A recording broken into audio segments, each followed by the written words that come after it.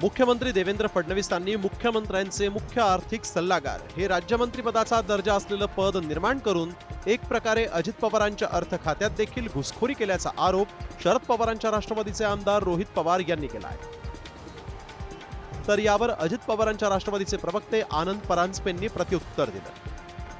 तर महाराष्ट्राच्या विकासाच्या गती एक द्यावी लागेल यासाठी ते पद आहे। प्रशासकीय सेवेचा अनेक वर्षाचा अनुभव प्रवीण परदेशी आहे आणि त्यामुळे मुख्यमंत्र्यांनी घेतलेला निर्णय हा युतीतील मित्रपक्षांवर कुरघोडी घेण्यासाठीच आहे। अशा प्रकारचा जावई शोध रोहित पवारांनी लावू नये। तर अजित पवारांच्या अर्थ खात्यावरून काही आमदारांनी नाराजी व्यक्त केली होती। त्यातच मुख्यमंत्री देवेंद्र फडणवीसांनी मुख्य आर्थिक सल्लागार पद नव्यानं तयार केलं असून त्यांचे खास मानले जाणारे प्रशांत परदेशी यांची या पदावर नेमणूक करण्यात आली।